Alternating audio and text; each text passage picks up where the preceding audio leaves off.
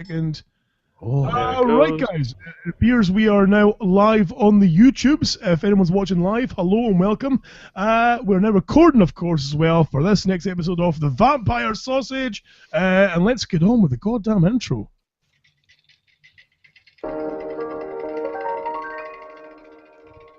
love to watch movies, be they funny or witty, or extravagantly awful and just downright shitty. Join Lurch and the Sasquatch as we watch all the worst ones, from rampaging ninjas to midgets with handguns. So barricade your castle and lock down your cottage, and prepare for the attack of the Vampire Sausage.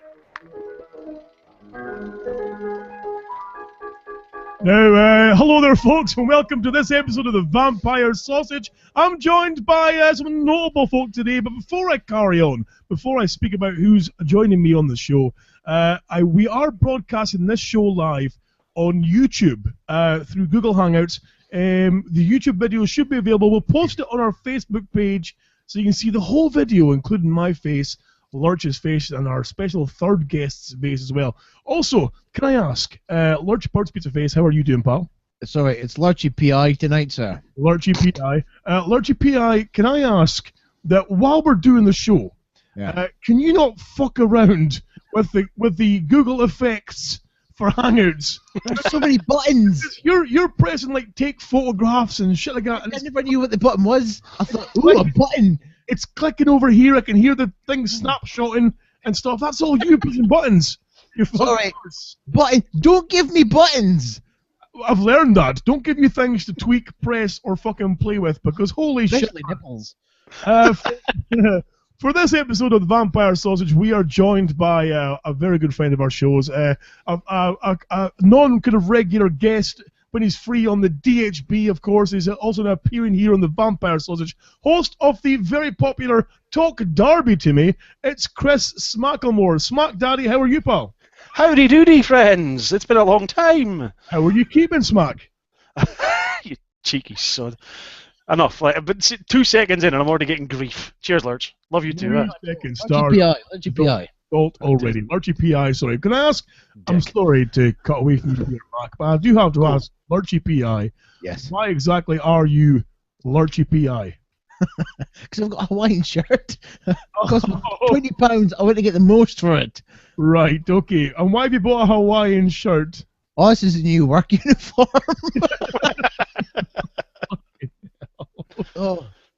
Now, folks, of course, we are, as usual, we speak about a terrible film that we've watched this week. This one, by the way, is a humdinger. We'll get to that a little bit later in the show.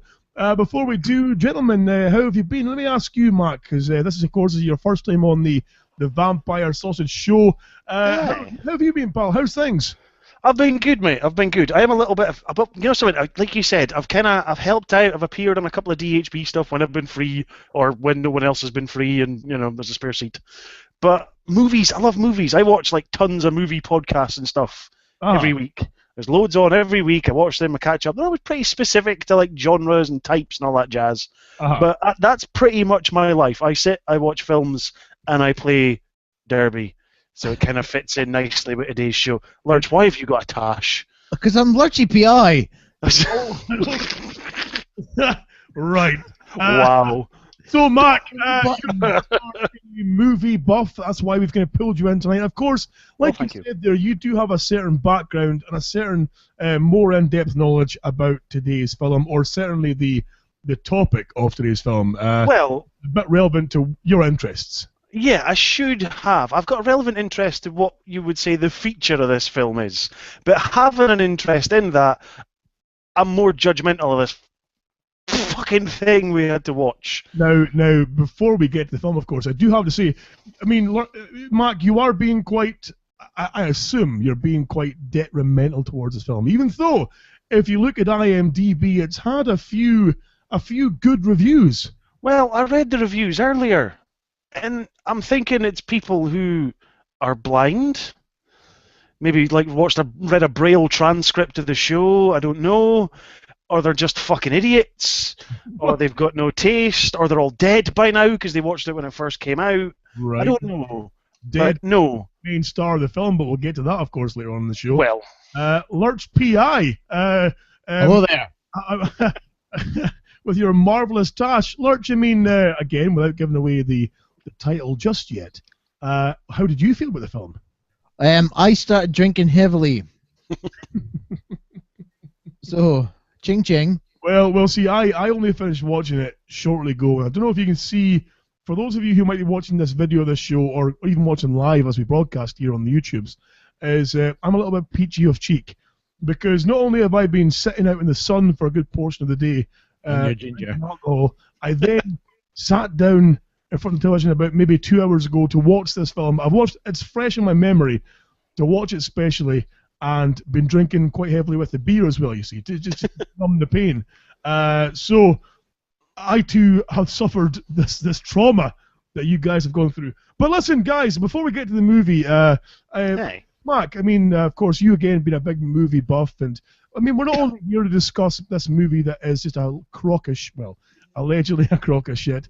We're also discussing other things too. I mean, has there been anything at all this last while, TV-wise or movie-wise, that you've seen that you've either loved or hated? There's been a few. Those who are friends with me on Facebook or maybe follow me or see the stuff I do will have noticed my profile picture changed on Facebook today, because I've been catching up with a bit of the old classics. Not Wall-E, the one who spotted Wall-E's father. Right, the one who created. If it wasn't for this film, Wall-E would never have existed. I've been watching Short Circuit 1 and 2 for the last couple of days. Input. Need input. Johnny Five, he's alive, etc. It's just fucking ace. I don't know what it is. I like going back and watching like films for the 80s and early 90s that made my childhood. And see, when I was a kid, I wanted to be Johnny Five. I don't know why. It's just that's a classic film. There's been that. I don't know if you spoke about it on your last show, or you might have done it on one of the DHB ones, but the new Netflix series on TV may have taken up like pretty much 2 days of my life. Yes. I'm assuming you're talking about a TV show that's been released recently that has pretty much consumed my life since I started watching it. It's amazing. I mean, a TV show that fixed a shit film that was out several years ago. Daredevil. Yes, absolutely. Fucking amazing. I purchased this film the other day. I haven't watched it yet. Don't, for fuck's sake, save yourself. Don't watch it. Cost me £10. Lurchy, you've spent £10. Well, Daredevil film. The Ben Affleck helmed Daredevil film. 3 for 17. Right. You know something? I'm a Marvel fan. I'm a film fan. Daredevil was one of those. It was the most sort of consistent with the backstory of the comic books and the character, but somehow still was the shittest film that Marvel have ever put out. And I'm including in that the original fucking Punisher movie that they put out. How dare you, sir? I'm going to say was it because of Ben Affleck? No, it wasn't. It. Ben Affleck was actually okay. Do you know what killed it? It was fucking Elektra. Oh, Colin Farrell. Colin Farrell as well wasn't the best by any means when it came to. I mean, his character Bullseye, this drunken kind of Irish, fucking. No stereotypes. Scared of him. Exactly. In fact, Lurch, I do believe you perfected your Colin Farrell in Bruges accent. If you want to give us a wee taste there. I've never seen In Bruges, but I think it's. You're not going to see my penis on the internet because I'm going to hide it. Sure, be sure. No, that's perfect. Exactly what we're looking for, Lurch. Nailed it. Oh, thank you. Think about it. Well done, sir. Well done. So yeah, Mac. So I mean, you've been tainted in the past by Daredevil. Yes. Yeah, and you put a foot in the water with the new TV show Daredevil. I did. I thought, it's one of those. I've seen the trailers for it, and I thought it looks quite cool. They released one of that. I don't know if anyone's watched any of them. The motion posters you get. So it's not like an actual trailer. They do motion posters, which are quite cool. Is that the things at bus stops that you see now? Similar to it, but it's like little sort of 30. They're almost like trailers for the things, but they're non-moving trailers. It's like the camera pans out, and you kind of start to see everything 3D. The 1930s done and spin a fucking thing, and you look at the photos it runs round. Sort of similar to that, but like cool. But with the Daredevil one, they had like if you look closely at it, get a high def vision. You've got an Avengers Tower in the background. There was a reflection of his red suit in the puddle on the floor, which he wasn't actually wearing. There was like a different reflection of him on the floor, which was quite cool. You get like motion comics and stuff they do now as well, but all the motion posters instead of trailers are actually quite smart. Ah, right, okay. I mean, I haven't seen the motion poster, but I have obviously jumped into the series on Netflix. And like yourself, was poisoned by the previous film, which, Lurch, you have to watch, I think, for before the next episode of Vampire Sausage. Well, Yes. you know, the last bit of homework was to watch Point Break and get pissed. That's correct, yes. I haven't had the time. I'm doing that on Sunday. So I'll maybe do both of them. Do a double header, Point Break and then Daredevil. And if you don't want to kill yourself at the end of it, congratulations. Oh, thank you. Or can I recommend you do Daredevil first, just so that you're in that kind of low place and, you know, in a deep dark place in your life where you want to end things, and then you watch Point Break to bring yourself back out of the hole because it's magnificent. I agree. Patrick Swayze. Well, I think there's one redeeming factor in Point Break, and it's not even the Right. character, it's the one fucking line from Keanu Reeves. I am an FBI agent. Where he sounds as retarded as he does throughout the entire fucking Matrix series. He sounds exactly like his character in fucking Bill and Ted's Excellent. Ridiculous. So, of course, you and I have been dabbling in the TV series, and Yes. I mean, so far, I've got to say that I'm so impressed with this show so far. I mean, the little things like the development of the characters. I mean, this, of course, is a superhero-based film, but it's focusing very heavily on character development. You know, these are characters who are getting really invested within, you see.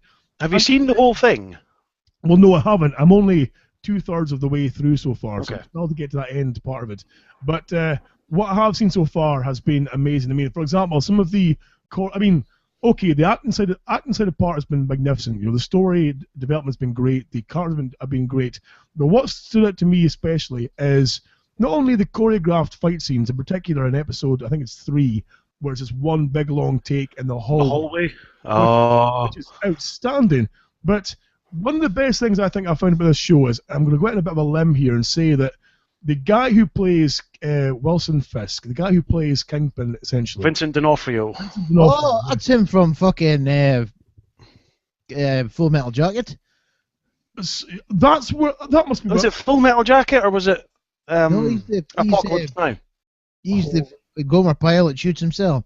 That's the one. Right, I knew his face. I couldn't think of where I put it from. Well, this guy, D'Onofrio, the character of Wilson Fisk, he's played it so well. I mean, that's a character who, at points, you can almost sympathize with. At points, you hate him, or not hate him, but you think he's an evil monster. At points, you think he's just a kind of misunderstood. You know, but it's so well played that I'd put his performance as Wilson Fisk up there with Hiddleston's Loki and almost Ledger's Joker. You know, Well, see, this is the thing, right? See, with the Marvel Universe, in the movies that they've done, with the exception of Loki, there's been no standout villains, there's been no standout bad guy. All the bad guys have been shit, yes, exactly. apart from Loki. So at least now with the TV series, they seem to have their one awesome, but like there's no real main bad guy in Agents of S.H.I.E.L.D. There was no real main bad character in Agent Carter that was done on Netflix as well. Okay. But now they've got Wilson Fisk, Kingpin in this. They seem to have that one really good bad guy that they can focus on and kind of do spawn-offs from that. Like, have you seen Netflix are doing AKA Jessica Jones, they're doing Luke Cage, they're doing Iron Fist, they're doing the Defenders. That's the 4 next ones that they've got lined up.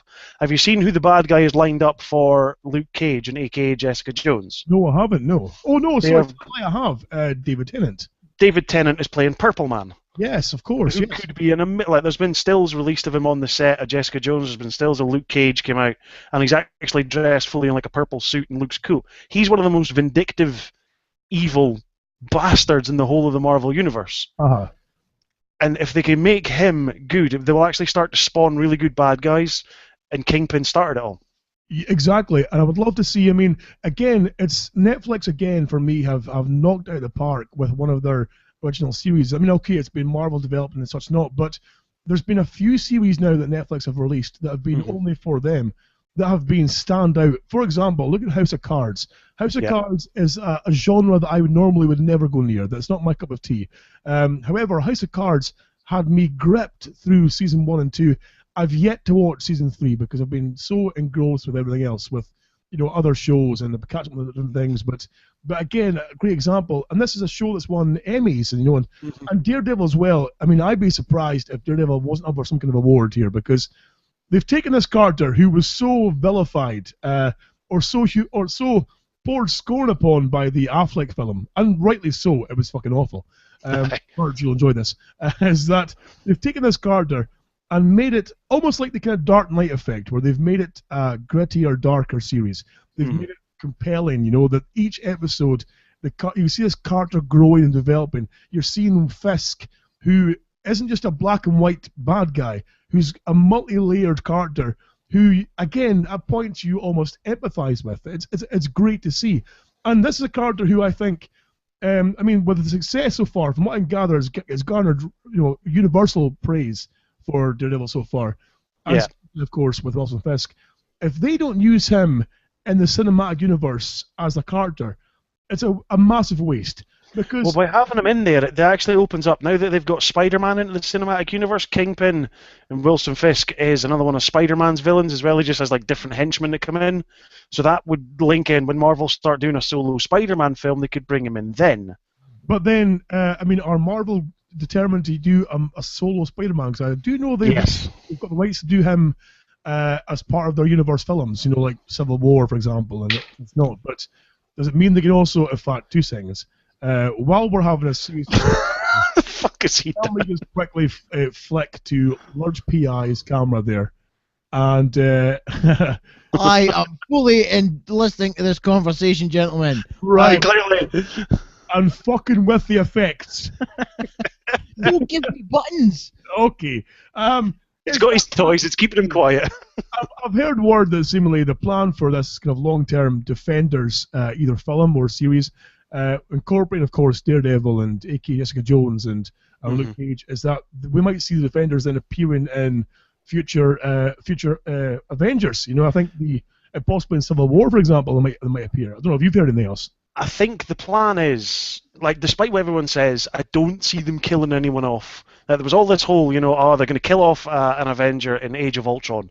Don't think that's going to happen. Right. Civil War is the next film to come out after that, which is, if anyone's read the comic, it's not going to be the exact same story because they can't do it. That should be the introduction of Spider-Man, and it should also introduce Ms. Marvel or Captain Marvel, whatever the hell they're calling her now. You should get Luke Cage in there. You might get Charlie Cox reprising Daredevil in that. Doctor Strange is meant to have a little bit of a sort of small part to play in Civil War. And then you've got the Doctor Strange movie coming up, and that's meant to be... The Defenders are supposed to essentially take over from the Avengers when they don't want to be Avengers anymore. Okay. So for me, I think the fallout's going to be Civil War, something major is going to go down at the end of that. We've then got the Infinity War, which will bring in pretty much every single character in the entire Marvel universe because it's split over 2 films. Right, okay. So the Guardians of the Galaxy will come in because they're the space Avengers. Basically, that's all they are when you look at them. You'll then get the Defenders. Doctor Strange will come in because he's got the mystic side of things. Lurch is now on holiday at the beach, apparently, for 2 seconds there. You're going to get all the Defenders and everyone will come in. So I think we'll keep the normal Avengers right the way through to the end of Infinity Wars, and then the Defenders will take over, and we won't have any more proper Avengers movies after that. I'm sorry. I'm trying my... What the hell is he doing? That fucking object with the Google Effects mustache is messing around with the backgrounds like an angel thing. Gentlemen. Lords, do you have any input at all here to do with superhero movies in general or Daredevil specifically? I like capes. Right. They're not got them in the effects, no. No. I tried to find a super. I've got my Superman shirt on. Fine. There you go. Perfect. I watched the trailer for. Oh, my Tasha's going up here. I watched the trailer for Batman versus Superman. Yes, well, I'm going to get that as well, of course. That is leaked, I believe, just before Monday, of course, was the official time to release it. That's leaked, I think, through some camera phone footage. What the fuck has happened to Batman's voice? Why has Batman got to sound like he drinks 20 pints of Guinness a day? Pint of Guinness. You bleed. That's the one time your Irish accent would have worked really well and you went pure Scottish with it. Well done. Oh, well. The thing is, though, is with... I mean, of course, it could go the opposite way. It could go like Nolan's Batman, where it was the proper kind of who is he? Who is he? You know, where you can't make who is he? You can't make a fucking word he says. At least that's the way it's. I don't know, maybe a bit more gruff and a bit more bearable. But I know that a few people, I think you, Mark, as well, weren't too impressed with this trailer. I fucking hated this trailer. You hated it. I genuinely could not stand it. It might have just been because, like you say, it's like found footage somewhere. Someone's taking it on a. Oh, hello. The sound button. Oh, no. Be pressed. Oh, thank you. Okay, right. Sorry. These found buttons. I seriously, this fucking trailer just looked shit to me. It might be because of the way the footage is shot. I don't know, but it just, you can't tell if they're in Gotham or they're in Metropolis. The end line that everyone's singing this fucking praises over. Tell me, do you bleed?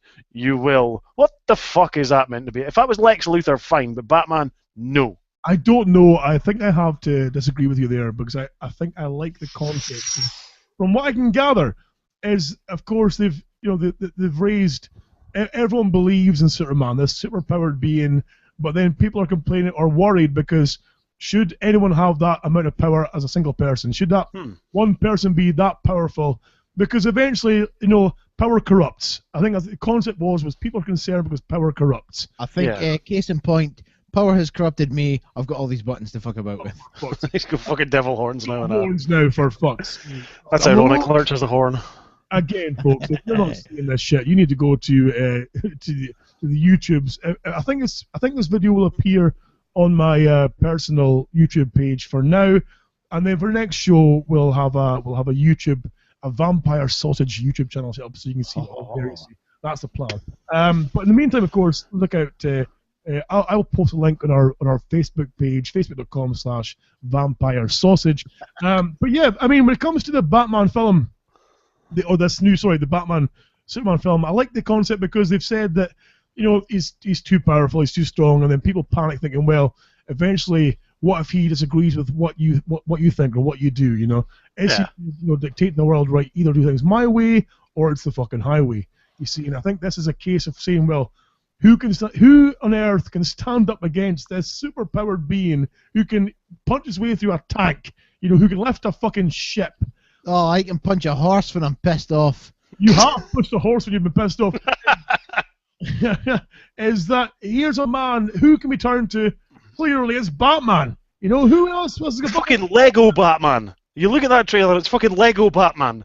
Oh, actually, that's a fair point. You see the bit at the end where his eyes light up and all that. It's fucking Lego Batman. That's all they've done. They've taken Lego DC and put it on fucking Batfleck. But that's his like anti-Superman armor. I like that.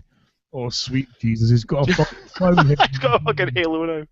Yeah, this is the worst thing about letting Lurch near buttons or effects, is that, and you can't have a serious discussion without fucking...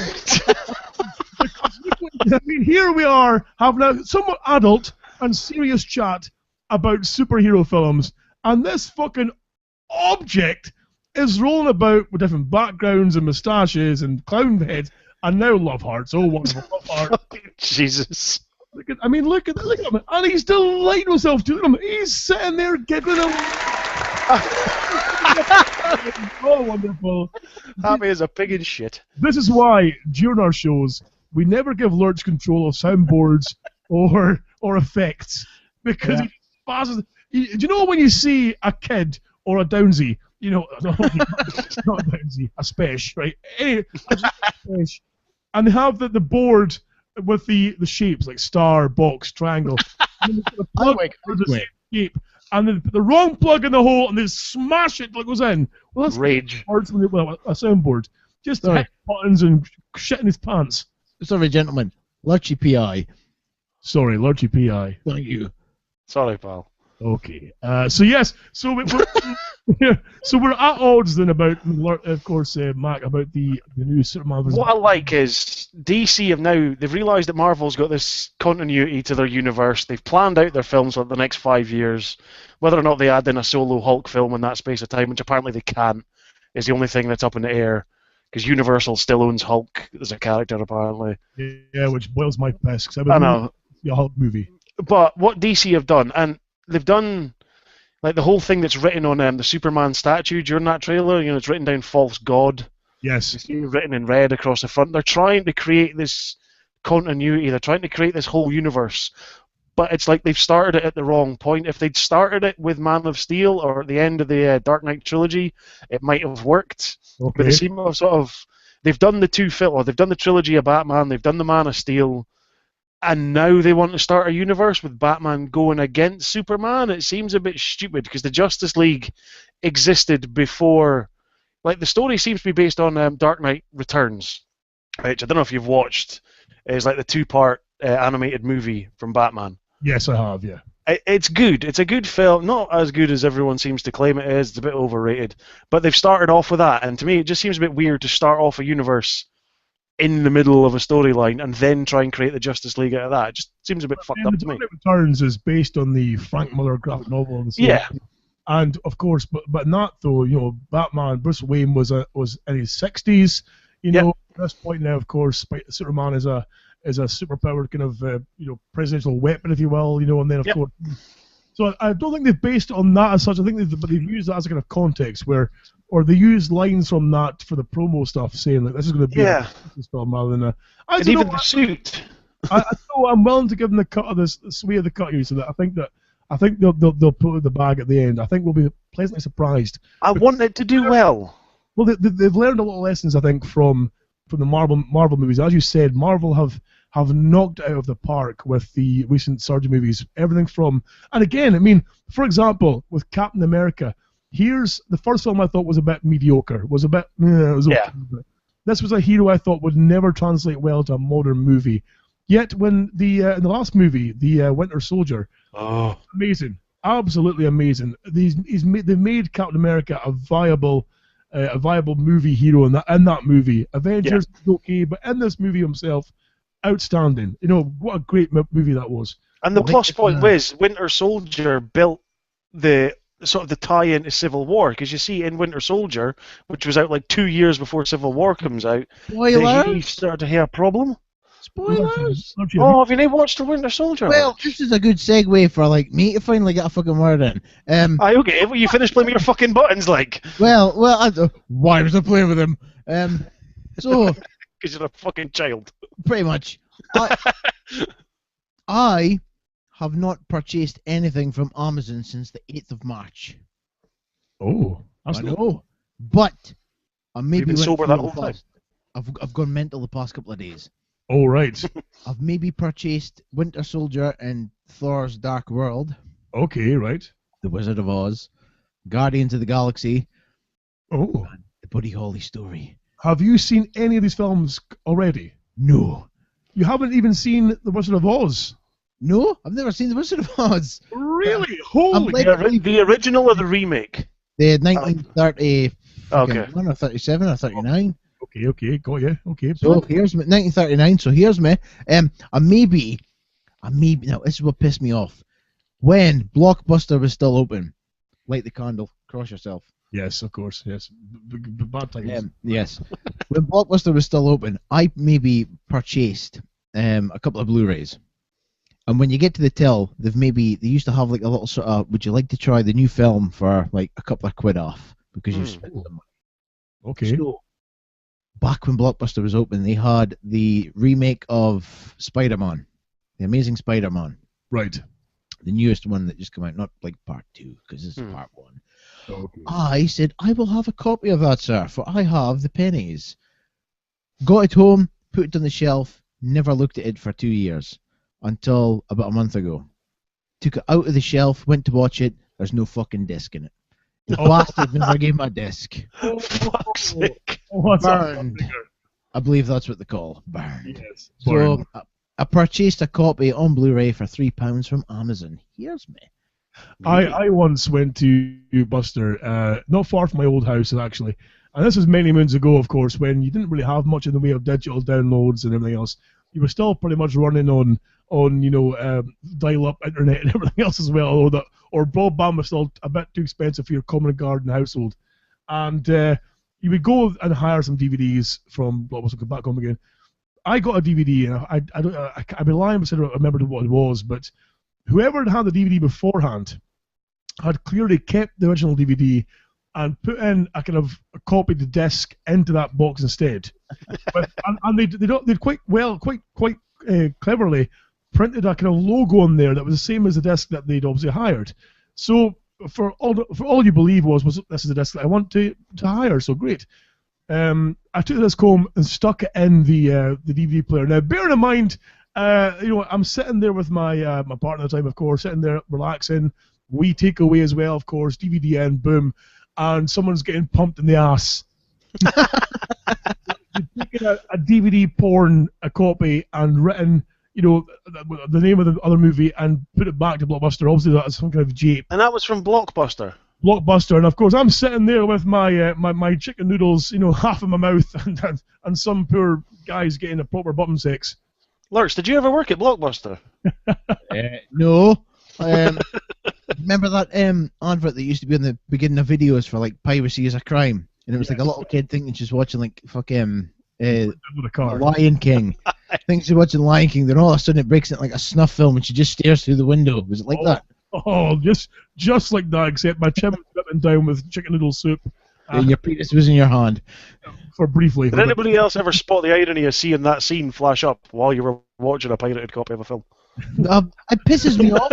It pisses me the fuck off because I buy films all the time, and when you watch them, it's like a fucking kick in the balls. Remember, piracy is a crime. I fucking bought this, you cheeky cunt. Yeah.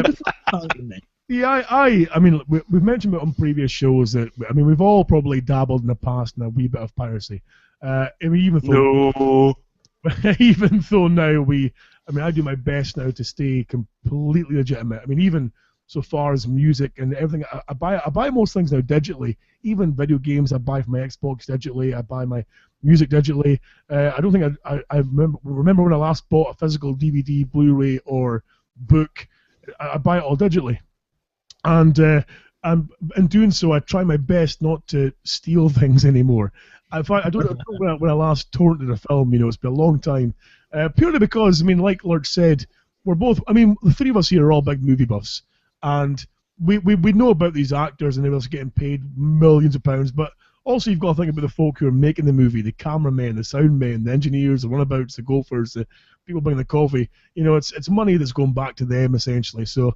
I kind of feel bad now stealing things as I'm getting older. I'm maybe just getting, crankier, or I don't know what I'm getting, but certainly It must mean you have a lot of money, because I do the same.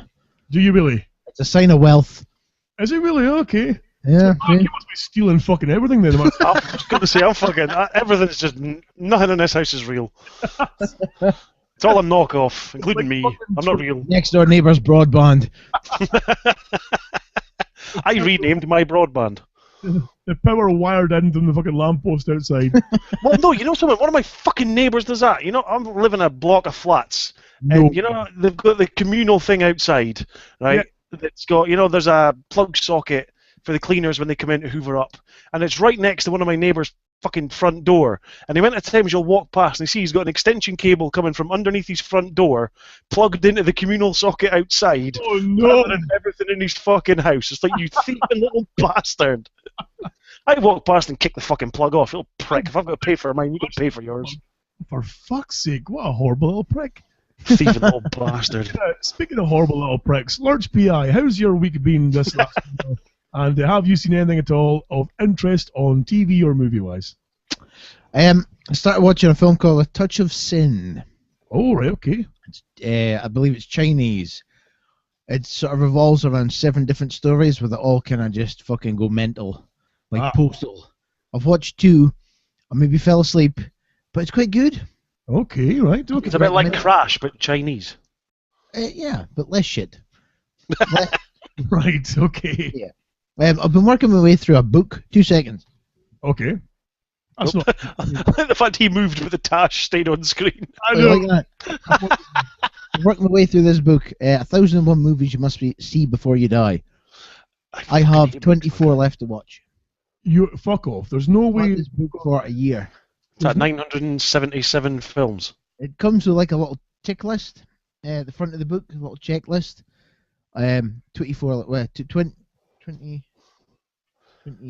27 left to go, sorry. 27. So that means you've watched 974 of the films on that list. I'd seen quite a few of them before.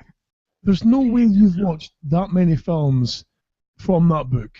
I was surprised when I was going through it. I thought, I've seen that, I've got this, I've got that. I had a lot of them as well that I hadn't seen. I've Okay. watched from about the past 6 months. Okay. I've not finished the book. I mean, Well, we have, of course, mentioned before on the show that you do have an enviable collection of movies, DVD collection and Blu-rays, VHS, even some 8mm porn, which is wonderful. all the classics. All the classics, of course. But you, I mean, you generally have almost a whole wall dedicated to DVDs, Blu-rays, and everything else. But you reckon you've seen 974 of these movies in this book, let alone movies that aren't even in the book. I've seen plenty of films. I've seen lots. Yeah. Just not a lot of current sort of superhero type things, because I think they're all the fucking same. Do you really? Well, a hero, somebody comes along that threatens their power, they either have to go into exile, refine themselves, come back and destroy them. Right, okay. How many times can you watch that film? But then... Fucking shitloads. Well, There's nothing that comes out nowadays in movies is new. Everything is fucking rehashed from something in the past. It might have a different name, it might have different actors, but it's all based on a story that someone's read before. Quite liked Her. That came out a couple of years ago. That the one with the kind of Siri-style device, and the guy, is it Joaquin Phoenix, plays the loner with the fallen in love with his phone near enough. Aye. Have not seen that, but do want to see that. It's really good. It's one of those films where it's a bit girly, but when you watch it, you think this is kind of probably type of shit that's going to happen soon. Just because it's so... It's by the guy that used to do Jackass. Okay, right. But it's a film you should watch. I don't want to spoil it. Oh, right, okay. Really I've seen trailers for it, and I believe the Siri voice, or the AI voice, is voiced by Scarlett Johansson, of course, Black Widow from the Avengers. She's got a lovely voice, by the way. Oh, I love Scarlett Johansson. I'm a big fan of her work. To be fair, most of us would probably fall in love with our phones if she was doing the fucking voice for it. Fair point. Sexy times and all that kind of stuff. It's a good film. Be Google hanging out with yourself. So yeah, that's been essentially. Lurch, Lurch, I do believe you have Netflix, don't you? I do. I never really go on it. I think the last thing I watched on it was a Louis Theroux documentary. You Better Call Saul. Oh yes, Better Call Saul. Again, Better Call Saul. Again, these Netflix has been more than worth the money for me since I've got it in my house. I think my main subscription TV now. Because I dropped Sky. I dropped Beat. Benjamin had that as well. I was paying for just nonsense. Every day was fucking home makeover television, or here's me going to be a bride, and I'm not telling the groom, not telling the bride what I'm going to do for the wedding. And it's all buying homes, selling homes, makeovers, auctions, thousands of adverts that are shit. And I just felt sick and tired of paying for shit. I have never ever had Sky, ever. Okay. Refused, because if I wanted to watch a film, I'd either go to the cinema or I'd buy it. Refused or refused. I've got Sky Broadband because it's the best one I could find, and it was the only one who'd have me. But TV, no. If I want to see a film, I'll either go and watch it in the cinema because I want to see it on the big screen and get the proper effect, or if it's out on DVD, I'll buy it and I'll wait. I don't need it to come out on Sky a year before it's on DVD because things come out that fucking quick now. There's no point. It comes out quick enough. You don't need to wait that fucking long. That's a fair point. From like 6 months to down to like 3 or 2 months, maybe. Exactly. It's just there's no fucking need for it now. The Sky's just a pointless thing for me. I almost got rid of Netflix until it started doing like some decent TV series. Orange is the New Black, Daredevil, House of Cards. Can shout at me if you want. I've never watched Breaking Bad. What? Never watched it. Hang up. Because you watched it instantly when it first came out, did you? I did actually. I started watching it. The first series is fucking pish. I've got it up here. It's the big sort of thick box rather than the slim line. Okay. Right. Episodes were a bit really, but I stopped watching series 2, series 3. It wasn't until I seen him bald with the yellow sort of yellow and black image of him. I thought I need to start watching this shit again. This looks fucking good. Yeah, exactly. I judged a book by its cover. Well, I've never been able to get into it.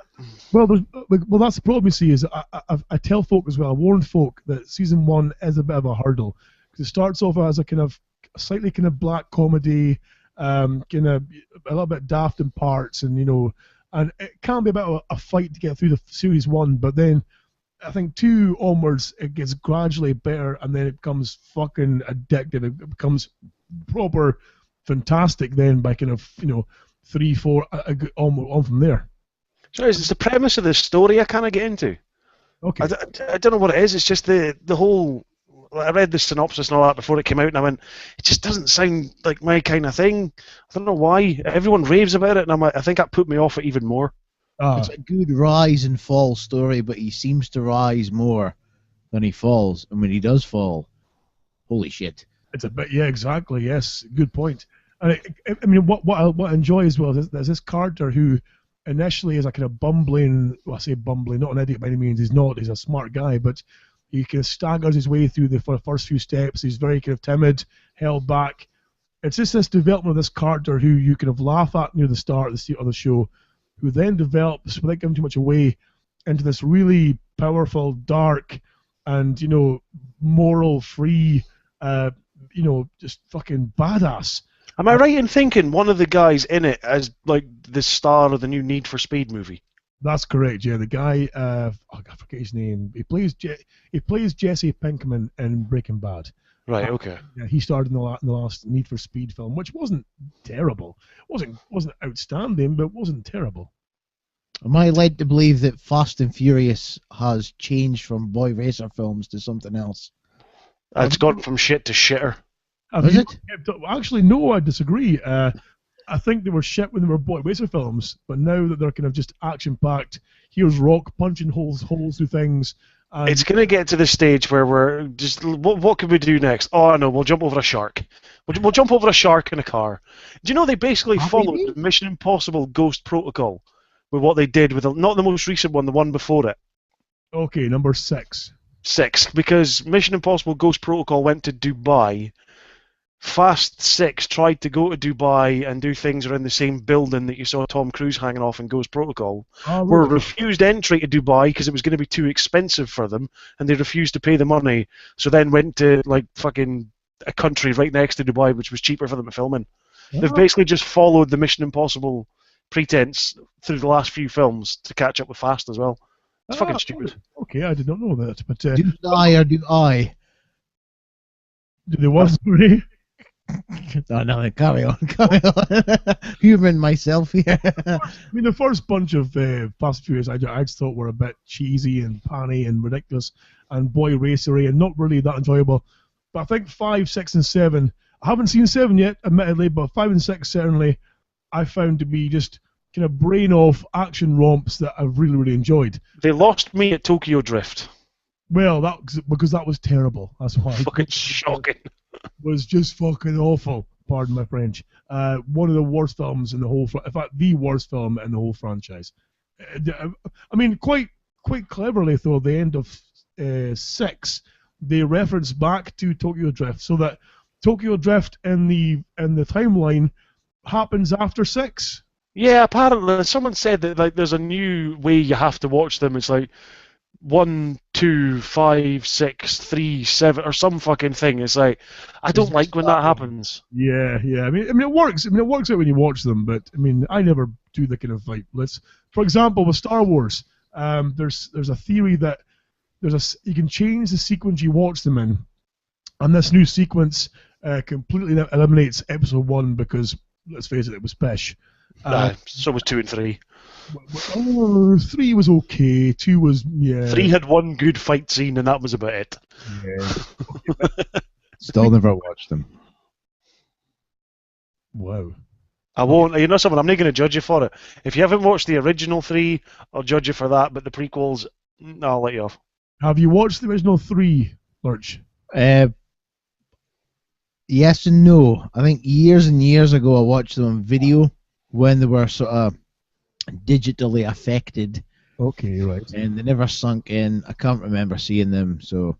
Oh, fuck. Yeah. I feel spiritually fulfilled as a human being, though, even though I haven't seen them, so. Well, I mean, my next question then is going to be completely irrelevant to you, but I'll throw it past Mac, is I imagine you've seen the latest teaser trailer for Star Wars, The Force Awakens. Yes, I have. And what are your thoughts so far? For me, I was blown away, and properly by the end of the trailer, both myself and the Rubes were sitting open-mouthed with joy. I changed my pants Did you? straight after. Like, there's still a couple of things I'm a bit wary of with it. Like, I really don't want to see. Stormtroopers. Well, aye, not to sound racist. Wow. But it freaks me out the fact that he just pops up and all of a sudden there's this black guy in a stormtrooper outfit. It's, you know what I mean? In the original movies, when Luke wore the stormtrooper outfit, they went, "Aren't you a bit short to be a stormtrooper?" Is Aren't you know? a bit darkened skin color to be a stormtrooper? Well, potentially, yes. Are You you could. saying the stormtroopers are an Aryan race, perhaps? Is this what? Well, what worries me is that they're basically taking all the Clone Wars shit and shat all over it and went, they're not actually clones after all. Because if you watch the Clone Wars TV series, that basically shits all over the fact that it's not even clones they're fighting. Is it no? I thought all the stormtroopers were clones. Well, this is it. But if they are, then what the fuck's he doing in there? Because is he like the random test tube that went wrong? But see, I think he's wearing that as a kind of a disguise. I think he's disguised himself as a stormtrooper to get into the ranks and do things and shit. Did you see the Chrome Stormtrooper in that trailer? Yes, I did. Yes. See, no, I think that's them taking the piss out of themselves because everyone started up this whole, what's with the black Stormtrooper, and then in the next trailer that comes out, you've got a Stormtrooper wearing a black costume, which means everyone's going on about what's wrong with the black Stormtrooper, and now it means something completely fucking different. I don't know. Have you seen, was it THX 313 or the original sort of George Lucas film? I have not. I've seen bits of it online. I've never watched the whole thing. That was a film that I bought and watched, and the reason why I refused to watch Star Wars. Really? Okay. Oh, shit. For a film that was made in like 1971, 72, 73, he's gone away, taken half that film, and then added in special effects from like 2003 throughout half the film, and it just looks like shit. He fucked up the original movies by doing the same thing when they re-released them. Added all the stupid fucking digital effects and touched up all the shit, and it fucks up. Just leave a film as it is. I hate when folks sit and go, "Oh, that film doesn't stand the test of time." You watch it now and it just looks shit compared to what it used to be. Who gives a fuck? When it came out, it was great for its time. That's all that matters. Who gives a shit if it stands up now? That argument could be levied at tonight's film because my God, one from the 70s. Because this was filmed, of course, and released back in the kind of exploitation era, and it just like you said, at the time it was released, its subject matter was relevant to what was going on with that matter at the time. You see, Mark, of course, thank goodness you're here because you know more about the whole thing than I do. But it's I don't know fuck all about what they were doing in that fucking film. It wasn't what I know. Exactly, but that's the point again. Was that's a film you couldn't remake because some of the things that happen in there, you try doing that now in a film, you would be fucking stoned to death almost. Try to do a street by in a car. Lurch, should we move on to the film that we're going to cover today? I think this is a nice segue. We'll move on to the year that we're going to cover the film, though. Well, Lurch, do you want to step in here with a little bit of kind of? Shall I give you a wee kind of intro, perhaps? I think we're back in time music. Right. Well, I need to open a new tab here and bring that up. I'm not prepared, sir. I forgot to put it onto my bloody goddamn laptop thing and stuff. So put it onto the thing with the stuff. The thing and stuff. This is going to be an interesting one. I'm probably more intrigued to find out what the fuck happened in the year this film came out than I was to watch the actual film itself. Right. Okay. Well, it's drop yourselves in, gentlemen. Take it in. Over.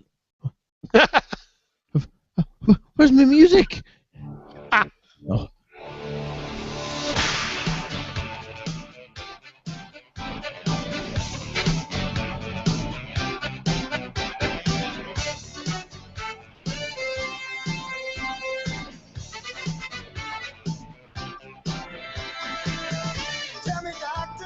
Archie! Right, so sexy, pals. It's 1972. 1972. This is one of the blackest years in the 70s, apparently. The world of terrorism especially during the Olympics. This was the massacre of 11 Israel athletes by Arab gunmen. Oh, it's going depressing as shit now. No. Well, aye. Plus loot jobs. What? The IRA and the British government they weren't really seeing eye to eye. True. Blowing shit up. But the house of a price was £7,374. House of a price was how much, sorry? The house of a price. £374. Oh, okay, right, okay. Fine and cheap. Aye. Petrol, 33 pence. Right. 33 pence a litre. Bloody hell. Imagine that shit nowadays. I'm gonna say that kind of shit nowadays would be fucking celebrated. Oh, fucking hell, there'd be cunts just filling up Coke bottles. But then, I mean, what was the comparative kind of monthly wage? Because, I mean, comparatively, I can't imagine it was that much different than we're paying now. Maybe a bit more, of course, but... You've stumped me. All right, okay. I know that the average income per year was about 6,000 Per year. Oh, per year. Okay, well, I can see the 30. It's a bit like my fucking average income for a year. Is that with credits or without credits? Exactly. Hey! Depends how many times I go to the job centre. This was the year that the last ground troops were withdrawn from Vietnam, the US troops. All right, okay. Best fucking war ever. Oh, For films. wow. Films, I mean. Okay. How can you grade a film a fucking war? Best war ever. Right, okay, that was the best one ever. What the fuck was the worst?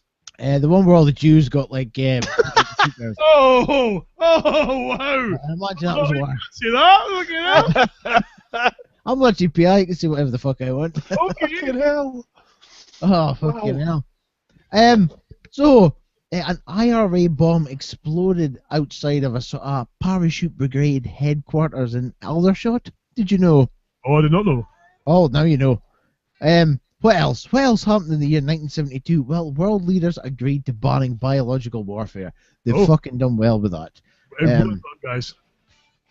Unreal. The UK unemployment rose to 1 million. 1 million. That's the first time since the Depression in the 1930s it rose to that high. Uh-huh. I think that was due to miners' strikes, really. Because I'm pretty sure it's happened in this year as well. Watergate scandal as well. Forrest Gump trumped that shit. Okay. Now, films of the year. Strap yourselves in. I'm strapped. Right. Dirty Harry come out in this year. Shit, okay. Yes. And The Clockwork Orange, although it was banned. That's right. I think it was banned until 1999 in the UK. At least Stanley Kubrick took it out of circulation because he was getting death threats. For making... Really? Okay. Yeah. A lot of death threats. Fiddler on the Roof, Diamonds Are Forever with James Bond. I'm pretty sure that was Roger Moore, was it? Yeah.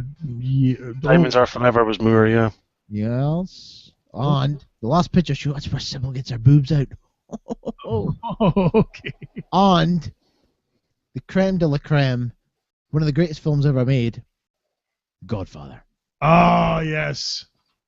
Quite possibly the greatest film ever made. I was going to say, there's no quite possibly that is the greatest film ever made. Part 1, Part 2, I'm sorry. a bit too long. Even him and Ross the best. Part 3, everybody slags it. See the scene where Michael is having a diabetic fit. Yeah. That's screaming Fredo's name. I get bumps just thinking of that. It's still the line when he's in the kitchen, just when I thought I was out, they pull me back in. And then he has his fit, and then he's screaming for Fredo as he's being held up. Also, a guy stabbing a priest in the neck with some fucking glasses. How awesome is that shit? The scene, guy in the face. The scene at the end with his daughter still fucking blows me to this day. It's his scream. It's the scream of a man in fucking agony, even though physically he's okay. That's Pacino at his best. I think it's maybe the agony of working with Sofia Coppola. Well, somebody to it. She fucking ruined that film. Kel. Who is, right, sorry, just while you're there and you've mentioned Godfather, somebody's asked me this before. It might have been you, actually. Or it might have been Scott. I can't remember if it was either you, but if not, who is in charge of the Corleone family at the end of Godfather 3? It gets passed over to Sonny's son, who is Andy Garcia. Ah, okay. No. No. No. What do you mean no? I thought that as well. It's his sister. Connie. But he becomes Godfather. Connie takes over. Nah, I don't believe that. Connie takes over. Rewatch it and go back to that end scene. Connie is in charge of the Corleone family at the end. You reckon? Wow. See, because I was the same. I must have been my dad I was speaking to then if it wasn't either of you two. Because he can like sit and watch Godfather with the fucking sound on mute and tell you everything that's being said. Right. Same here. And it was him. He said to me, he asked me the question, and I went, "It's Andy Garcia's character, is it not? He's nephew, Sonny's son." No, it's Connie. And I'm like, I must go back. So anybody out there who hasn't seen it or wants to see it again, go back and rewatch that scene. See, and apparently Andy it's fucking Garcia, Connie. Andy Garcia was conceived in Godfather 1 in the film when James Caan is pumping that lassie against the bedroom door in the opening scene. No. Yes. No, he's actually conceived. Do you remember when James Caan is picked up by his bodyguards coming down the stairs when he's left their house? Well, it's the same Quiney. It's the same Quiney, but... We'll get dates, will we? We'll get dates. Sorry, when was the last time you fucking had jam roly-poly? Was it at the wedding or after? When he picks it, I only say it because I've read the books, and I love I've the read fucking the books. book. There's a lot more about Johnny Fontaine in the book than there is in the film. Aye, true. He gets his arse kicked quite a bit as well, which is funny. Wow. Okay. Born in this year, gentlemen. Okay. Ben Affleck, which is quite freaky because we were speaking about Ad Prick earlier. Very true. Well, the Affleck with me. Hey! Lovely. And Miss Pepper Potts, Gwyneth Paltrow. Okay. Yes. Gwyneth Paltrow, who seemingly has a thing for steaming her vagina. Oh, I'll steam it. This is seemingly the new craze amongst the Hollywood elite feminines is that I've had a few beers, is get onto the goozle, which seemingly helps it kind of clear out all the pus and sandbags. Well, to be fair, you steam clothes to get rid of the creases, so doing it down there would kind of be appropriate as well. Yeah, there's that. Gubbins. All the and fucking this was the year that HBO was officially launched. Oh, okay. 1972. Apparently, it was really shit programming. Right. No comedy, no Sopranos. What else is HBO? Sopranos and something else. Richard Nixon orders the start of the Space Shuttle program. Right. Fuck knows what that was. Digital watches were first introduced, though. Okay. Oh, bloody hell, okay. My Casio. Your Casio. Yes. The Volkswagen Beetle became the most popular car ever sold. But then can also say that in later life, my Casio was lovely, but it turns out that I'd been duped because my family member who bought me my Casio, it was only when I looked at it closely and noticed it said Corsair. Fucking knockoff that was not as waterproof as suggested, as I learned trying to play submarine in the bath. It did not go down to less than 5 feet. Exactly, yes, exactly. Well. But also, the creme de la creme of this year, Atari launched the first video game console with Pong. Oh, I played that as well, and that's because you're old. And I remember sitting in the Palace house, a guy called Jerry Marsden, sitting in his house, and we're both playing with the fucking tourney Pong thing as well. Like, holy shit. And we thought we were the dog's cogs. Oh my god, we're playing Pong! Fucking beautiful. Beautiful. And that's pretty much your facts. The Prime Minister was Edward Heath, and President was Richard Nixon. Right, well, if that's the case in Lurch, I was expecting that from Lurch, telling us he's missed out on his regular segment that he throws in with the years, and how much was a Poker Chips? Poker Chips was 2D. 2D. Well, good to see it in 3D. 2D. So it's at 2 shillings. Is it? I have no fucking idea. I think so, I couldn't tell you. So, Lurch, I mean, of course, back in that year, do you want to give us a wee kind of intro then, and a wee bit of chat about said, or in fact, do you want me to play the trailer for said film? Oh, you could do, I suppose. I could do. The Bank. God, that fucking subject me to that again. The Blackers, the Jammer, and the screaming fans who love every minute of it.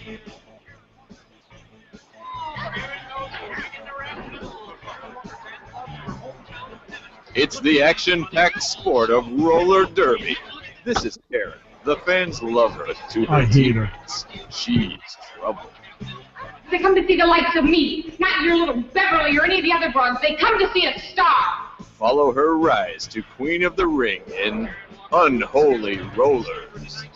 Whirlwind tale of speed, sex, Kiss me. and stardom flying at you with crash-through impact. Featuring Betty Ann Reeves, Well, they think they're gonna make that new kid a star overnight. They're gonna have to deal with me first.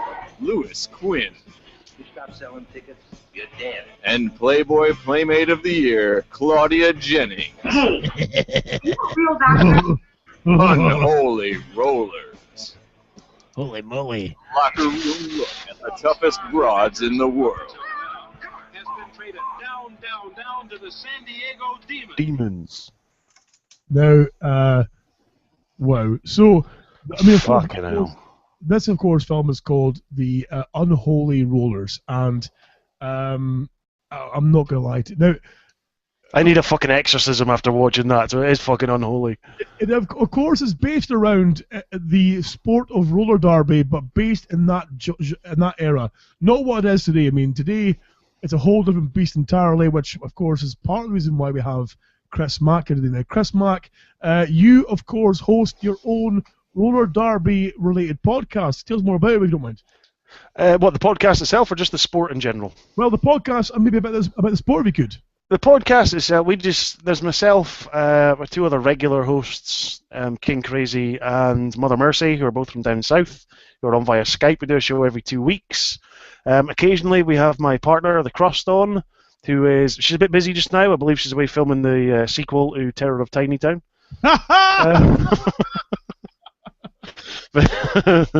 She'll kill me when she hears that. Well played. No, we do a show every couple of weeks. It's about an hour and a half long, there or thereabouts. We do interviews with other Derby stars. We've interviewed like big names that in England, Germany, USA, all that jazz. Roller Derby itself is. Oh, hold on. Okay. You haven't told us the name of your show and how people can find it. It's plastered across your screens at the bottom there underneath my name. Talk Derby to me. Uh-huh. You can search out facebook.com/Talk Derby. Just like the page, share it around. We're on iTunes, just search Talk Derby to me. The logo is a little picture you see in the bottom of the screen here with me.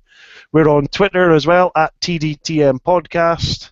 That covers it for social media. We're not on Instagram and stuff as yet. We're on Stitcher as well, actually, for our shows. So if you're not an iTunes user, but you like using Android stuff, you can find us still on there as well. So, That's about it. of course, I mean, give us a kind of brief insight as to the sport, what it is, what the current beast of the sport is. Because, of course, this film... Involve horses. What, sorry? No, it doesn't involve horses. There's no fucking horses, you... Well, it's a derby. It's not a bloody Cheltenham derby, you fucking maniac. Listen, the sport, of course, I mean, I'll give you a kind of quick segue in here, is that this film, of course, focuses on the sport's kind of birth, if you will, the early era of the sport. Aye. It was basically the WWE of its era. It was promoted as sports entertainment. They were told whilst playing, there were certain points where they would fight to get the crowd involved. That it was they would garish costumes. They had game plans back then. It was a script. Every game was a script. It was like WWE was, or WWF as it was back then, or whatever it was called back then. I forget. WWF. Thank you. There we go. Yes, well played, sir. It was, everyone knew that it wasn't real, but when you were out there, you still acted like it was. I won't use the word fake, because nothing in there is fake. It's just scripted. There's a difference. And roller derby was the same. It was like an alternative. It was like a female alternative almost to the wrestling they used to get on TV. So it was still entertainment. You knew it wasn't necessarily real. Like when folk were fighting, it wasn't meant to be real. Judge this fucking film, I'll tell you the opposite. But it was entertainment. That's all it was. It wasn't a physical activity. It wasn't designed to be a sport. It was just entertainment and nothing else. So how then? I mean, we'll get back to film when we're discussing here. But I mean, how then has the sport gone from being this entertainment medium to now being a legitimate sport? The sport itself disappeared. when the whole illusion of wrestling, not being real kind of faded, it faded roller derby as well. It kind of tailed off and lost interest, and it died off. There was a revolution sort of the sport. Oh God, I can't remember exactly when, but it was in the last sort of, I'm pretty sure it was since the 2000s anyway, or late 90s, early 2000s, and it brought the sport back. It still had a lot of, it wasn't scripted, it was still a sport, but it wasn't taken seriously. But the longer it's been going on, the more professional it's starting to become. It's got governing bodies now. It's not just run by folk who run teams and put on entertaining shows. It's actually got rule books. It's got set plays. People the old tagline I used to go with is, it used to be people play derby to get fit. Now you get fit to play derby, and that's the best way to describe it. And that it's now something you do actually put some effort in to get fit for. You train to take part in it. I mean, Mark. I think you maybe were exposed to sport the same way I was, where it was through a partner. Through I don't know if it was, maybe I'm wrong, but I think you were involved with us through being with the Crust, of course, because her being a player. Well, I didn't kind of get into it. I actually started my involvement with the sport before I started going out with the Crust. Oh, I didn't realise. Okay, sorry. It was when I used to run a show that you were a guest on, actually, at one point, the old sports show on the local community radio station. Yes. Our first ever guests, I wanted to get the Granite City Roller Girls on the local derby team. Because grassroots sport, no one knew about it, so I contacted them via their Facebook page, I think. Got an email back saying, yeah, cool, we'll send the guest on. We're away down to, I think they were away down to Lincoln that weekend for a game, so they only had a couple of people available. We'll send someone along. Once the show was done, I sent them a link to it, and they listened in. It was the Crust again that I emailed to it. She sent me an email back. We started chatting through email. I came along to one of their games. I went along to Dublin to watch one of their games. No, sorry, Belfast to watch one of their games. And from there on, Crust was my main point of contact, so a relationship developed from that. But I got involved with the sport purely through, I want to promote a grassroots sport. Got you. And for me, it was a case of, obviously you were instrumental in me. I bugged the shit out of you until you came along, yeah. And meeting my good lady, the Rubes, of course. The Rubes was a player for a long time. She's having a She's also put on skates and played derby now and again. Exactly. Yes. Well, hey! Please don't hurt me, Rubes. Is that she was again? I was pulled in the sport from going to see her play, and of course Crust and else, and of course I knew Crust and yourself beforehand, and then got sucked in because it is a fantastic sport to watch, and that's maybe why I'm maybe more poisonous towards this piece of shit that I'm supposed to watch. How dare you be kind to this film, sir? GPI, This is my first foray. I imagine all roller derby now to be like this. Fuck no. No, you can't convince me otherwise, sir. This is fucking will.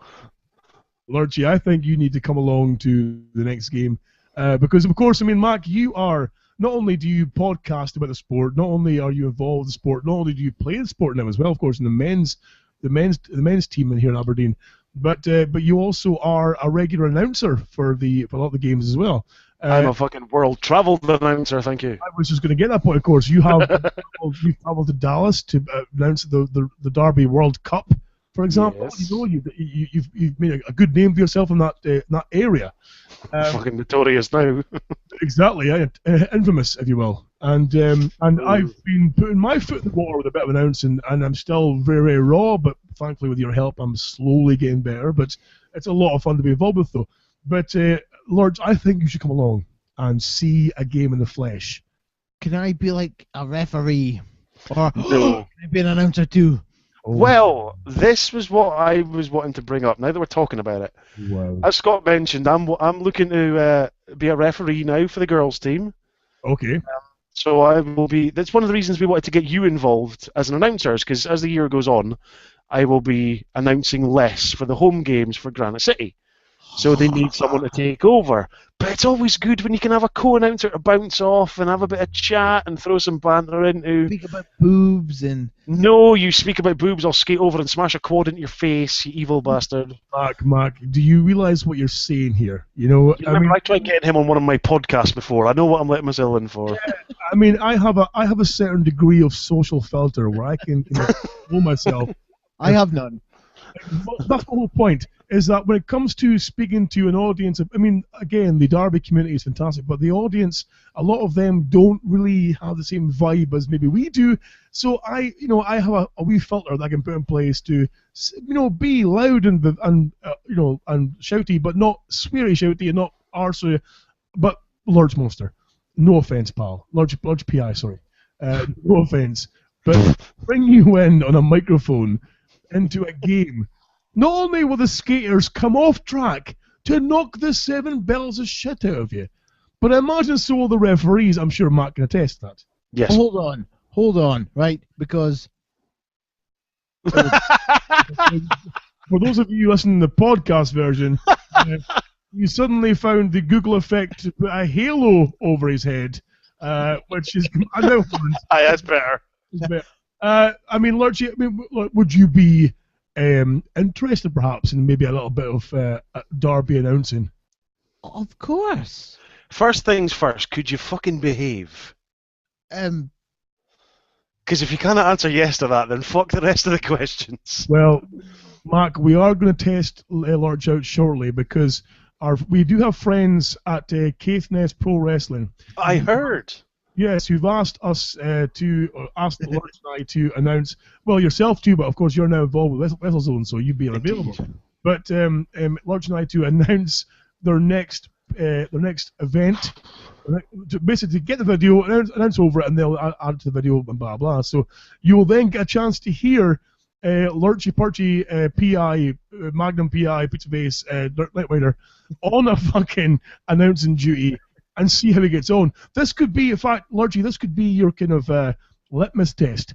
As if you can do this professionally and not overuse the word slobber knocker, or not a mud hole. It's not your fucking sex life. Exactly.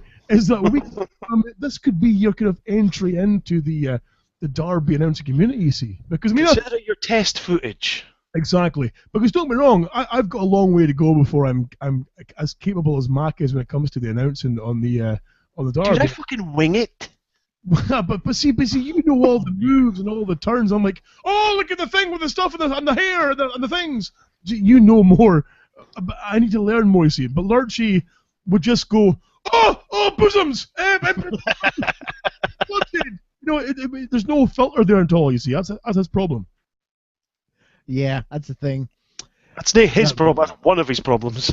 Well, true. That's one of his problems, yes. So, Lurchy, of course, now you watch this film, of course. I mean, this is this film is obviously based, way back again. Of course, that was the year you said there. Is that? I mean, what year was it again? Sorry, 1972. 72. Of course, the lead star is a girl called Claudia Jennings, who was was not only the Playboy magazine's Playmate of the Month for November 1969, was also Playmate of the Year for 1970. And do you know that this girl, her first job was working as a receptionist for Playboy, and then finally got a shotty getting the parties out for a photo shoot, and did really well, you see. And then of course moved into movie acting. Well, this was her first lead role in a movie. Was it really? Okay. Fucking tell. Well, okay. Is that? I mean, okay, Lurch. I mean, give me what you think first of all. As far as that. Well, I started watching it in work and maybe had to go and buy some ciders from the shop next door. Apparently, Scorsese's involved in this film. He is. Roger Corman is involved in this film. Right. And Roger Ebert gave it 3 stars. Roger Ebert gave it 3 stars. 3 out of 4 because of Miss Playboy boobies. They were out quite significantly as well during the shooting. They weren't very nice boobies. I'm gonna be honest. I think to be fair, they were kind of generic 70s boobies. Oh, it's the best type of boobies. The kind of pointy ones with the big areolas. Yes, Yeah. like Free Bentos pies. So, I mean, I can confirm that Lurch was on the cider during the film because, of course, he sent me a video on WhatsApp of his laptop playing the film and him then glugging down the cider on my... Drowning my sorrows. I'm surprised, Lurchy PI, that you're still compos mentis for tonight's recording. I've switched it up. You see, a bit of black cherry whiskey. Oh, Whiskey. excellent. Very nice. Fair play, fair play. So, Mark, well, I mean, how did you kind of course, I mean, what did you think? Give us an idea of what the storyline of this film is. If there isn't one, because I couldn't make it up. I was going to say, I can't give you an idea of the storyline, because there fucking wasn't one. Well, I shit you not, I sat and watched it, right, and I've got a bit of paper here. I say a bit of paper, there's fucking sheets upon sheets, right? I shit you not, of fucking notes I've taken. I basically sat and wrote down the film. Right. As it was going on, because I thought I can only watch this fucking once. I'm not forcing myself to watch it twice. Very true. Yes. So I can go back and read over this, and see by the time I got to like the last page, I think I started writing a shopping list. Right. Okay. In fact, I don't know. I'll try and hold it up to the camera. I don't know if you'll be able to see it. Like the very last thing that shows up on the list, you probably can't see it on there, but it basically just says WTF. Yes, you're right. Well, see, what the fudge? What the fudge? What wax the fudge?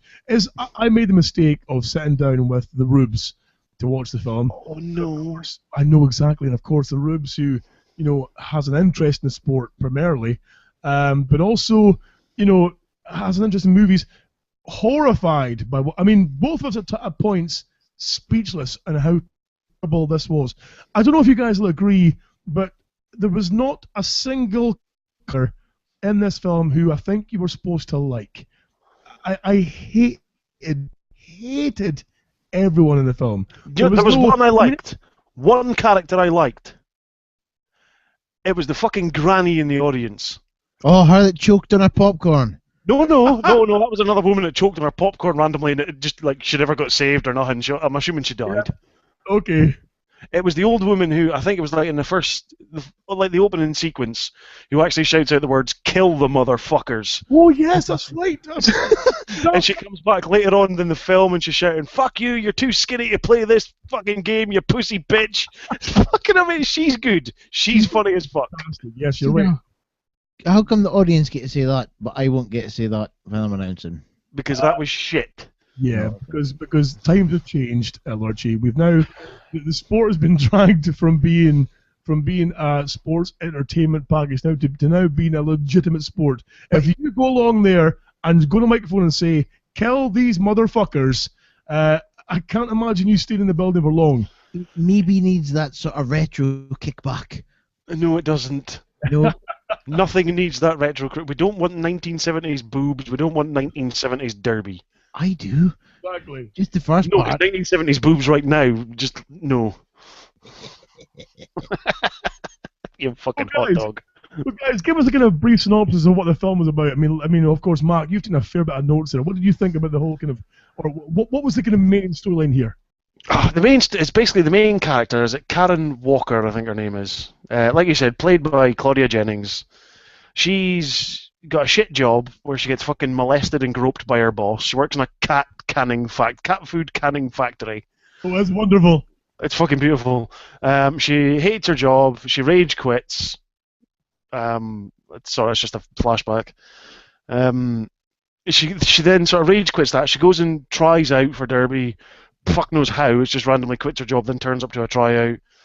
She wants to be popular. She tries skating. She gets involved. She becomes the star despite being an absolute fucking cunt and pissing off everyone. I mean, she really is. I'm sorry to cut in there, but she really is the most hateful bastard. Is that there's no part of this main character, Claudia Jennings, there's no part of her role that you think, you know what, I like you. It's just fucking terrible. She's just a grade A cock. I felt sorry for her when she got molested by her boss. I was like, oh, okay, fair enough. She's got a bit of bad background here, and then boom, from that point on, she's a fucking tit. She storms home after quitting her job and interrupts her fucking roommate and her boyfriend having sex, and doesn't then go shit sorry and leaves. Proceeds to stand there and explain what the fuck's happened with her day. Exactly. Coitus. See, now the thing was, did you notice the posters on the wall? No, I didn't. I noticed the fucking hubcaps. There was I noticed the car paraphernalia as well. It's fucking beautiful. Car bed. I think this film was maybe made 2 or 3 years previous, because there was a Cream poster on the wall and a Joe Cocker's Mad Dogs and Englishmen poster on the wall as well, which is from about 69, 70. So, Eagle Eye Lurchy PI. I am indeed. Hence the shirt and the tie. Shirt, yeah. Giggity goo.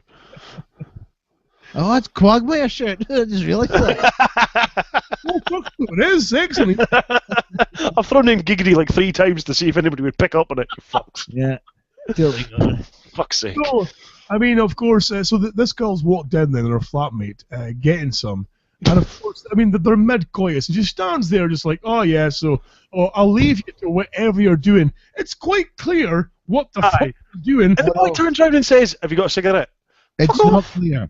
It's not clear. Did you not notice she had pantaloons on and he was standing up doing downward-facing dog yoga positions? Well, I was just going to say that because at one point, like you said, Would you point at me like that, sir? when Claudia Jennings leaves the goddamn room, the guy is under the duvet, but again, like you said, standing over the lassie in the bed with his head down. Don't know what he's doing there. Well, I can guess. But there's a better sex scene later on when they interrupt it. That's fucking brilliant. I know, it was like pile driving stuff. Was fucking. Can I just say, I meant to say earlier, see when they're in the factory, did anybody else notice the Ron Jeremy lookalike? I did not know. And there's 3 guys that are having an argument or having a discussion with the boss before he goes and molests the main character. One of the boys looked fucking. I was like, holy shit, Ron Jeremy's in a fucking film. I didn't see that. The doctor looks like a doctor from another film. Fucking doctor. Sorry, the doctor stroke barber. He looks Doctor. like a barber. I would love to be that character in the film, though. Oh, he's got a cracking job. The doctor who gets to feel up Claudia Jennings. The doctor who is trained in how to warm up a table. Yes, I know. The first thing you learn at doctor school is there's 9 different types of doctor's tables and 9 different ways of warming them up. Right. Now, I'll just examine your skin. Do you not need any machines? Young lady, the human hand. Fuck off. The best instrument that we can have, exactly. But again, it's like a gratuitous chance to see, that Karen in the film, her name is, to see Karen like damn near naked, which in her mismatched underwear. Don't get me wrong, I'm not going to argue about, No. But the thing is, how short that dress was. Yeah. Every dress. Every dress. But it just seemed that there were so many inappropriate things. I mean, again, her getting fondled by the doctor, the medical, the boss of the cat food factory grabbing her arse and tweaking her nipples and stuff, and like, what the fuck's going on here? And even then, and later on, when she gets pretty much like raped, like Jodie Foster and The Accused on the pillow by ladies. By ladies, and then walks around with her badonkadonks and her booby boobies out, And then Ron Burgundy takes her outside. Ron Burgundy. Right. Now she's clearly in her early 20s in this film. Ron Burgundy, the guy who takes her outside, is easily in his late 40s, early 50s, and they call them a shit Poundland version of fucking Burt Reynolds. Absolutely, they go away in his motorbike. She then just randomly pulls out a gun, and holding it to his head, just shooting at fucking road signs. You think, am I supposed to like you, or am I supposed to sympathise? You were just damn near raped not fucking 5 minutes ago, and now you're on a motorbike with a gun out, shooting signs and a way to bang fucking Ron Jeremy. At one point, did it look like she was a way to shoot the dog sitting at the side of the road? Yet the dog just seems to go dark. Some random fucking psychologically touched. She's near right. Now the bit that got me was the sort of little Rocky kind of skating around the ice rink, but she keeps taking her clothes off. Yet the camera will focus on the bit of clothes and look behind him, and there's no guy following like he's supposed to be. Exactly. And then of course, but even little things like during the matches themselves, and you see the girls go round. But I mean, this shows you how bad it was back in that era, where you've got these folks spinning round and round. You've got say a girl goes down, gets tripped up, down she goes. There's no helmets, there's no padding. No. Just boom on your face, and your tits are all chafed. And then from the middle of the ring will come a manager of one of the teams and start booting the shit out of the guy. The stereotypical black guy with a fro, Horace. There's some big black dude with a fucking fro runs out from the ring and starts booting his or if it's not Horace, it's the fucking masked fucking Marvin. Yes, Masked Marvin, who looks the kind of the yellow cape and the yellow mask. It looks like a 1950s Green Lantern. Yes, exactly, like a rejected Marvel superhero. Exactly. Who starts at one point beating the shit out of someone with a fucking chair. Did you notice though that Masked Marvin then at one point runs to the edge of the ring where the audience are losing their fucking shit? Yes. And kicks a guy in the face with his skates.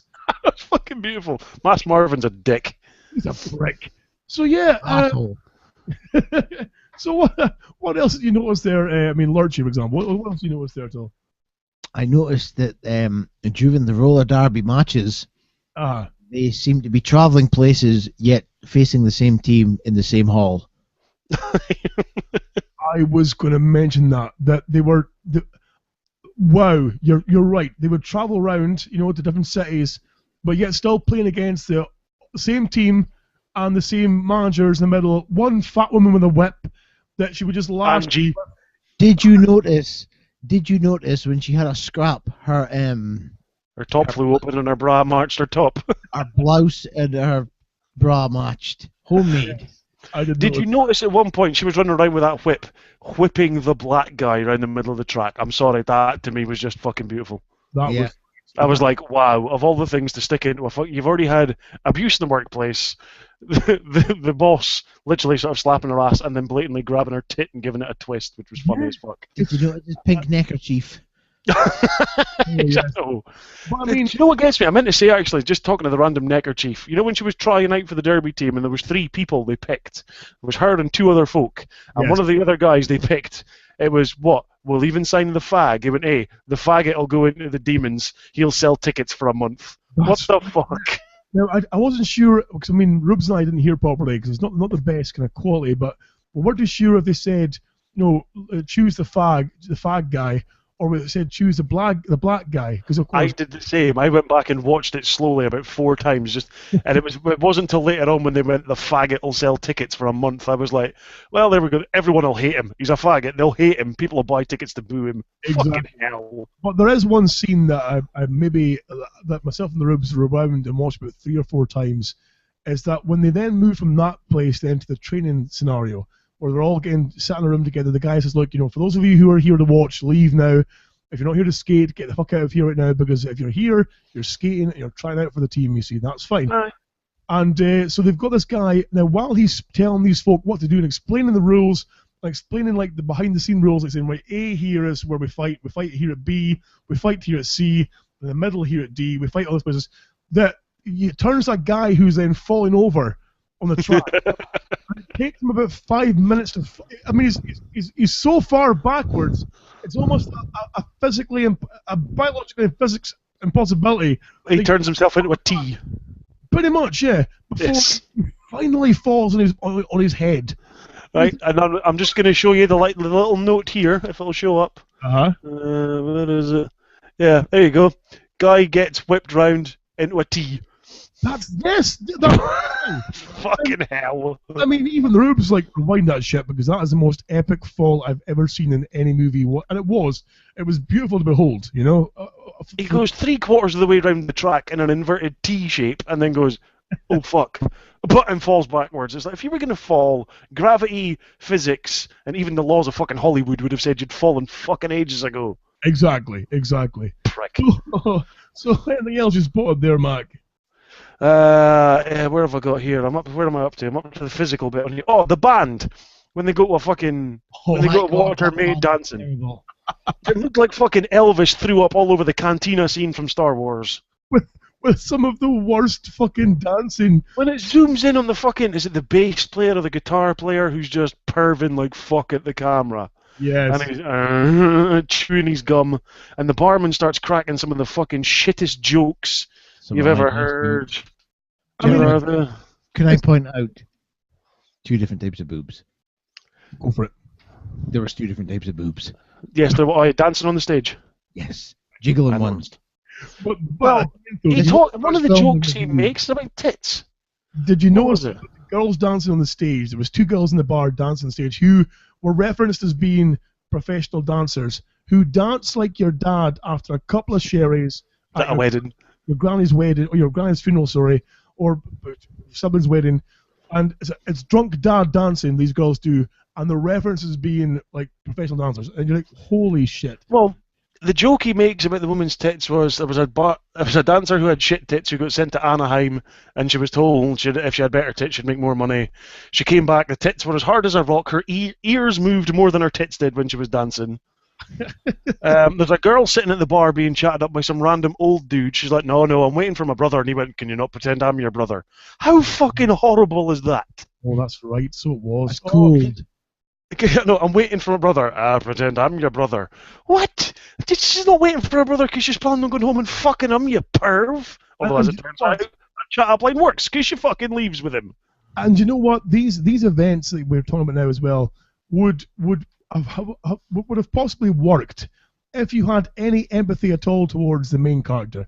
If at any point in this film, at this point, you thought this main character was in any way deserving of your respect or sympathy, or character is a grade A fucker, arsehole, and you're like, you deserve every bit of punishment and pain and abuse and swear words direct because you're a dickhead. I mean, even at one point where you see she goes for her shopping with her flatmate, and the checkout girl closes the lane, like, I'm sorry, I have to go on a break now, I have to use the other checkout lane, and she flips out, threatens to punch the girl by the checkout, threatens the manager, walks over, kicks over a massive display of tins, and you think you're just and then runs and then steals the fucking shopping. Steals the trolley of shopping. You think you're just a fucking knob. If you notice though, that girl that was on the checkout is actually one of the skaters on the team that she ends up joining. Oh really? I noticed that later on. Ah, well spotted. They throw in random scenes that have absolutely no fucking.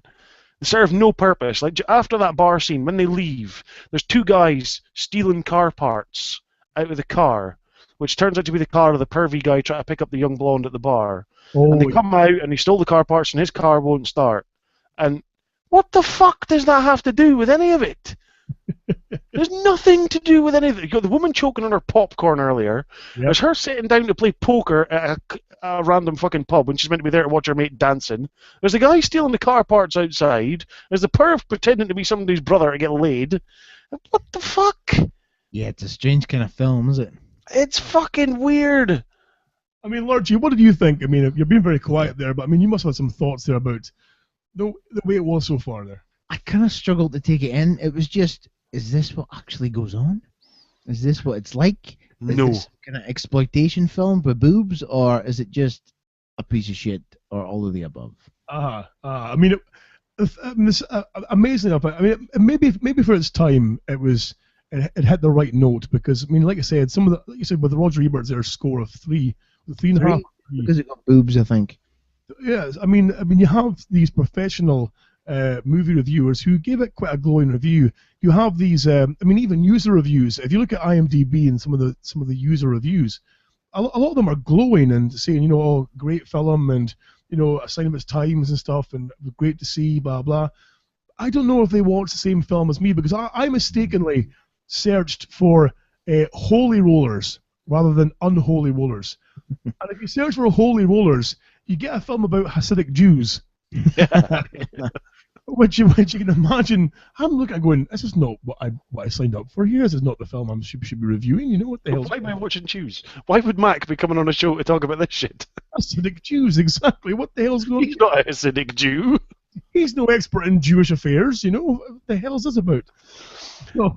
There's some weird shit, like some of the lines and all that get thrown out in it. I'm just like, it makes no sense. At one point, the black guy, the coach, Horace, runs onto track in the middle of the game. Like you said earlier, he runs on and starts getting involved and shit.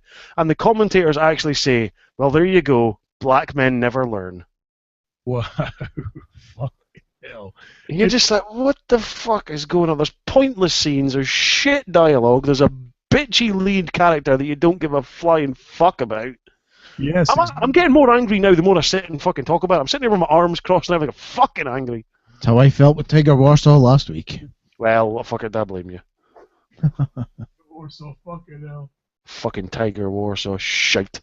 I mean, there's like, you get locker room rants and stuff from the managers and the coaches who are sitting going, oh, look, I can't believe you weren't sticking. It's like they start ranting about it like it's to them it's still real when they all know it's scripted and it's fake.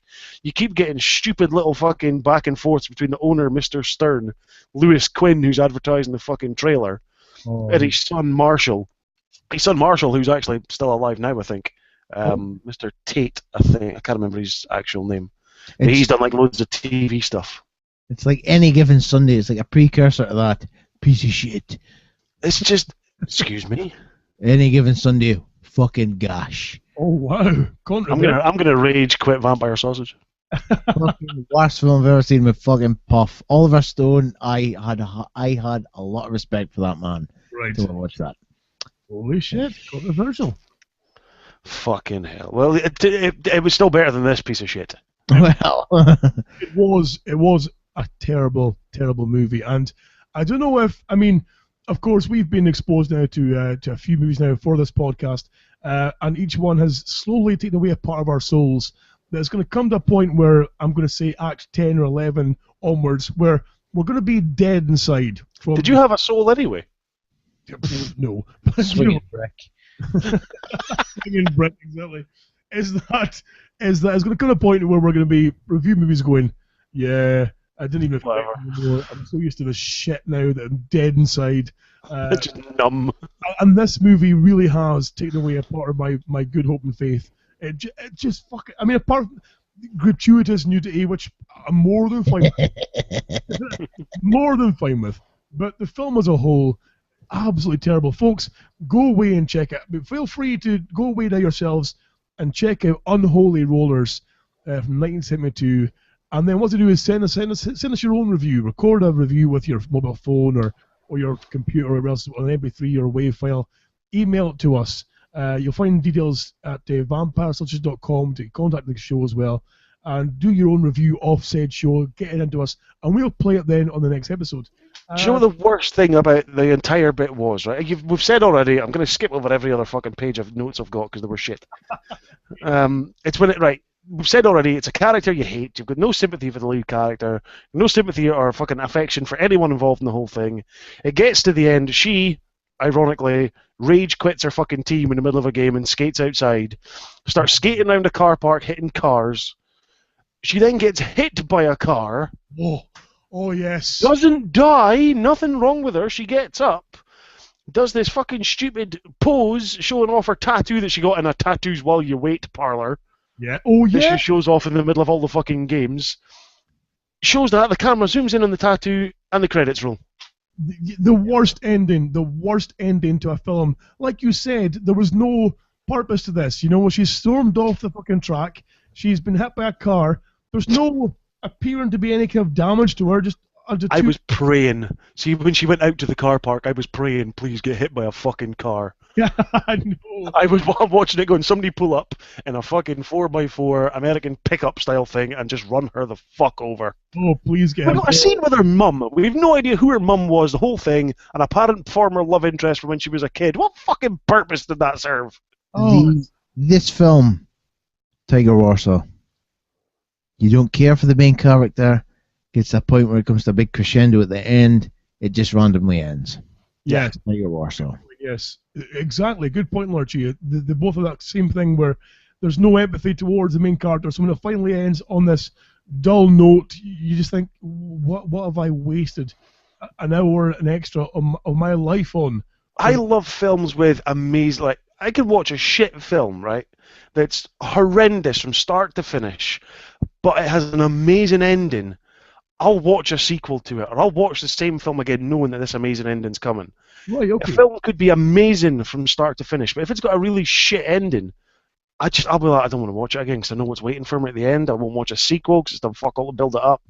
If a film's got a great ending, it can save a film for me. I was surprised I made it to the fucking end of this thing. I watch, like, Scorsese's one of my favourite fucking directors, producers, anything. He worked on this and I went, fuck me, I'm probably going to enjoy it. No. I watch... His work with DiCaprio is amazing. Wolf of Wall Street and Departed, two of my favourite films of the last few years. Fucking amazing. Characters that you should not like and not give a shit about that actually get you hooked. This is a sport I'm interested in. It's got a fucking director, producer that I'm interested in.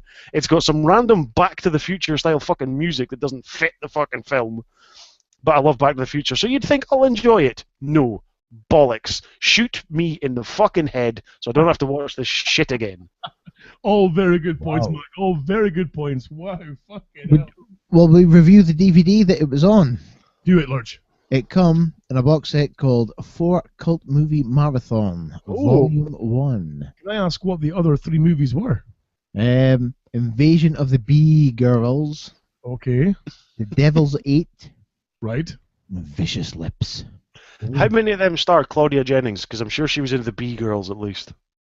The Bee Girls, 1973. I don't think she was. I think her most famous role was in a film called Gator Bait, which just sounds marvelous. But did you know, with Claudia Jennings, of course, is that, again, Playboy model, Playmate of the Year, everything else as well, is Passed that away. she's dead. Yep, 1970, 79 was it you said it was? 78 or 79. It was a road traffic accident. Yeah, she was 29 years old and road accident wiped out the planet. That's a gone kaput, see you later. There's only a few people that were in this film that are actually still alive. Is there really? Yeah. So Lord- there's many of them. So, Archie, tell us more about the review then of the DVD itself then. It was a really, really bad. It was 2 films on 1 DVD, so you know it's going to be quite crap quality. Right. It turned out it was a VHS rip. Yeah, So dear. that means somebody has taken a video and put it onto DVD rather than get a negative or a bigger file format to sort of put it onto DVD. So it was fucking pish. Okay, got you. Yeah, well, God it should be. awful. It cost me £3 from the Americas. Right. Vicious Lips, though, I think we might have to review this one. Oh, When a Mhm. talented all-girl band from outer space attempt to enter the huge talent contest, wow. their road to success is blocked by everything from psycho killers to comets. I heard Vicious Lips and instantly thought of Teeth. I thought that as well, but I think this may be the name of the band. I, I was like, that would have been a great sequel. I still think my suggestion for the next film as a winner is the Garbage Pail Kids. That's, Mark, have you seen that shit? It's one of the first films I ever saw as a kid. Oh, wonderful. Lurchy, we need to go invest in Garbage Pail Kids. It's on YouTube, I'm pretty sure. Quite expensive. It possibly is on YouTube. I wouldn't be surprised if it was, actually. Oh my god, do that shit. You're going to have to. You can't buy a DVD. It's too expensive. Hold on, it's in the Vampire Sausage wish list. Is it? Where are we? I'll scroll down. There was quite a few suggestions. There's been quite a few emails coming in. Apparently somebody was pissed off at you the other day. I forget the email. You maybe got a fact wrong. I'm not surprised. People are pissed off at me all the time. It was it was to do with the Terra the Terra Evil Beneath Loch Ness. Fucking hell, got there in the end. All right. I think you got a fact wrong. Someone was most unimpressed. Oh, shit. What did I get wrong? I forget. I think you you referred to like a Scottish accent as a British accent. Oh, did I? Oh, Okay. how fucking dare you. Oh, how dare I? I know how very well dare you, sir. The Garbage Pail Kids. Yes. 2 seconds, Jim. Now, Lord, I had a great film to recommend for it, and I actually gave Lurchy P.I. a shot of it. I've never watched it myself. I just was intrigued because I know he's not a big fan of the horror movies, but I thought he might enjoy this one because he likes a bit of a zombie thing. And I don't know if Lurchy will give you a shot of it or if I need to give you a shot. Can watch. So you can both have seen the wonder of this film. right. Lurchy, I think, quite enjoyed it. I fucking hated it. I've got it if you want a shot of it. I may have to, yes. Well, maybe in fact, that could be a contender for. In fact, Mark. Well, hold the buses. Oh, hang on. Hold the bus. Next episode has just been purchased as we spoke. Oh, fucking hell. We bought an Amazon now. Garbage Pail Kids. Garbage Pail Kids, £7.89 on DVD. Fucking hell. Right, We'll be here on Sunday. okay, right. Fucking hell. On Sunday? How the fuck do you get a delivery on Sunday? Oh yeah, I'm a baron. Got contacts. Is it getting delivered to your fucking offshore land? It's being delivered by drone, probably, knowing him as well. But, Aye, along that fucking missile at his house. Mark, I mean, would you be keen at all to come back in a later show, perhaps? Maybe we can do the Oh Zombie with yourself. Gladly, gentlemen. I've enjoyed it. Movies are my thing. They are my life. So, quite happily. I'm sure it would be else at all we can cover before we go. Lord No, Chief? I need to eat. I haven't eaten since about 3 o'clock this afternoon. I'm hungry. I think all the minutes have been covered, gentlemen. Well, Thank you. folks, if that's the case, then I'm sure we can call an end to the proceedings. I think I'm gonna play a bit of the. I can't play that. No, I'm gonna play. I I thought we had an outro music. I need a good song for the outro. Give me an idea. I thought we had one. What do we have? I forget, it was last week. Seeing as it's a film that we're all, except for Lurchy, we're excited for him. We spoke about it earlier. Go and just randomly put on like a fucking John Williams score for Star Wars just to piss him off. I've got one for you. I've got one for you. I don't know if you've heard about this. There's a crowd-funded movie coming out very shortly. Please say it's not Zach Braff's one. No, it's not. Oh, fuck.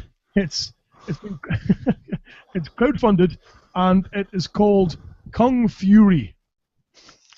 Now, you need to go and see this fucking this trailer for this film, because my god, it looks fantastic.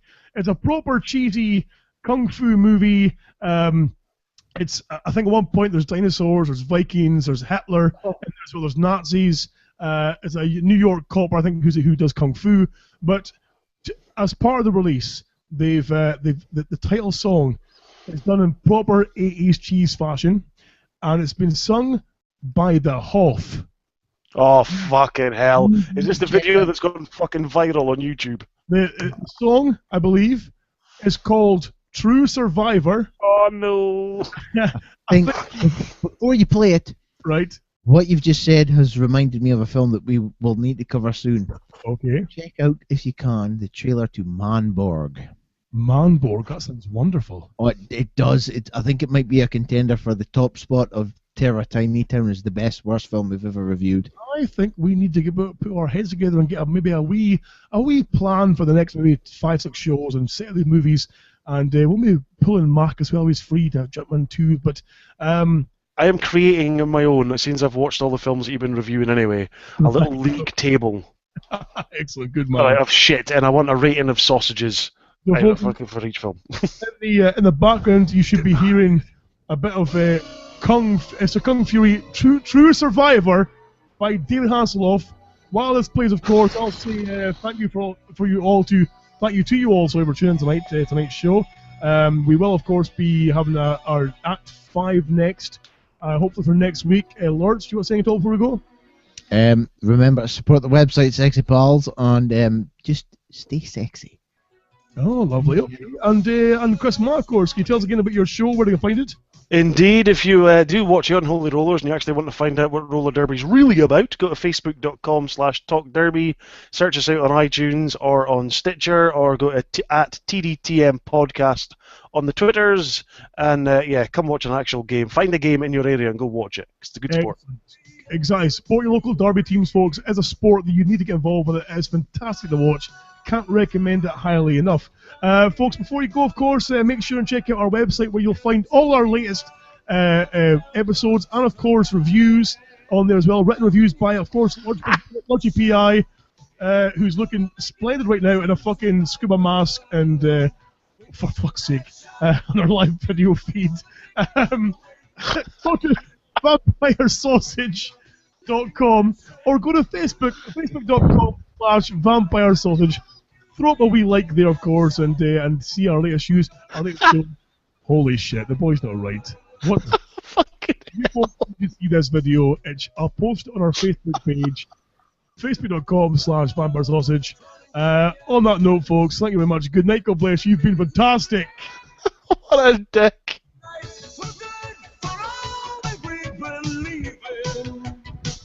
We need some action if we're gonna make it like a true survivor. We need some action.